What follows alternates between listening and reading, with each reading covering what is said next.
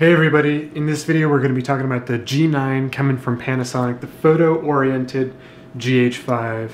Top line specs so far are 20 megapixels, 20 frames per second with autofocus, 60 frames per second without. That's very similar to like the 4K and 6K modes on the GH5, but a little bit higher frame rate. 6.5 stops of stabilization between internal and in lens, so it's going to be a beast in terms of stabilization, much like the GH5 kind of turned everybody's head by virtue of the huge quality of its stabilization. Looks like the G9 is going to continue that trend. It's also going to be water resistant. It's going to have a new EVF. It's going to be entirely magnesium bodied. So this doesn't look like...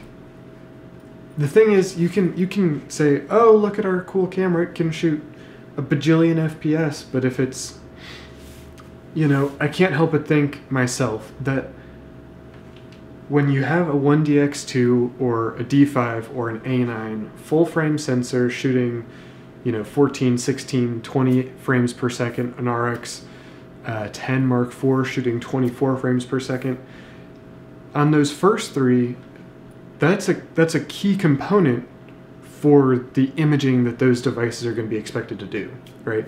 On the RX 10 Mark IV, to an extent that is as well, because, I mean, Sony used Nat Geo photographers to say, I love RX 10s because I can use them in the wild to photograph animals and whatever that I wouldn't otherwise be able to do. When I'm seeing 20 and 60 FPS in the G9, I'm like, I don't care.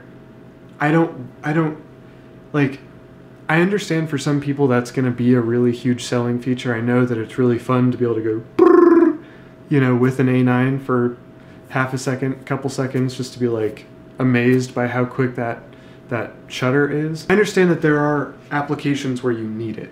There's a huge disconnect here because with the new 200 f2.8 lens, that's a what, 5.6, 6.3 aperture on a depth of field equivalence rather, on a full frame camera. Like, okay, I can get it. That's a useful focal length at 400 millimeters. It's going to be a nice prime to have for people that are into that kind of stuff. You're taking a sensor that can't handle ISO performance and asking it to shoot in situations where you need good high ISO performance because of the frame rate and the shutter speed you need for that frame rate. So there's just a big disconnect for me with that. All that aside, I think the G9 could be a huge step for Panasonic because more and more people are looking at Micro Four Thirds very seriously, with the GH4, GH5 being such hits as they were. More people are looking at the format and saying, you know what, I could give that a shot.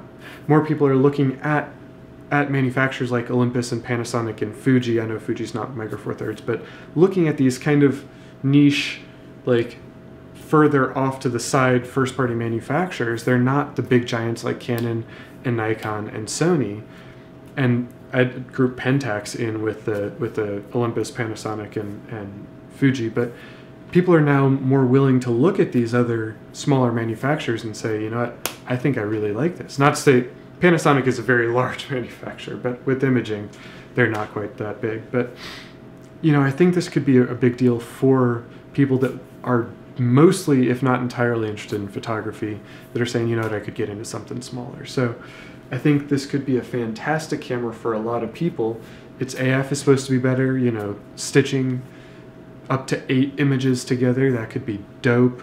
I think there's a lot of room for this to be a superb camera for a lot of photographers and creators, but I also don't think that a lot of what it's offering makes sense. It's not honest to the format. 20 or 60 FPS is going to require a shutter speed that will also, unless you're in very bright sunny conditions, require high ISO. Can the Micro Four Thirds format sensor handle that? No, it can't. At 20 and 60 FPS, are you going to be using mechanical shutter? No, you're going to be using electronics. So how's the banding going to be controlled under artificial lights? There's a lot of questions that I have with it that I really am very interested in learning the answers to, because I do think that with the good stabilization, with the lens selection that Micro Four Thirds has, which is great, I think with the size factor, which is superb, the form factor, and also with the companies that are in the Micro Four Thirds consortium's willingness to just push tech forward at any cost, you know, and also bring it to consumers at a very reasonable low cost, I think is incredible. So I think the Micro Four Thirds format could use a big surge of popularity, but I also really hope that they have put a lot of effort into the sensor and improved the way that dynamic range can be captured and ISO performance can improve in order to really make this a camera that more people can take more seriously. Thank you very much for your time and for your attention. Don't forget to smash that like button and subscribe. The Amazon affiliate links below will kick back a small fee if you choose to click through those and buy something without affecting the price, and I am Amazon affiliated. So thank you very much for your time and for your attention. I'll see you in the next one.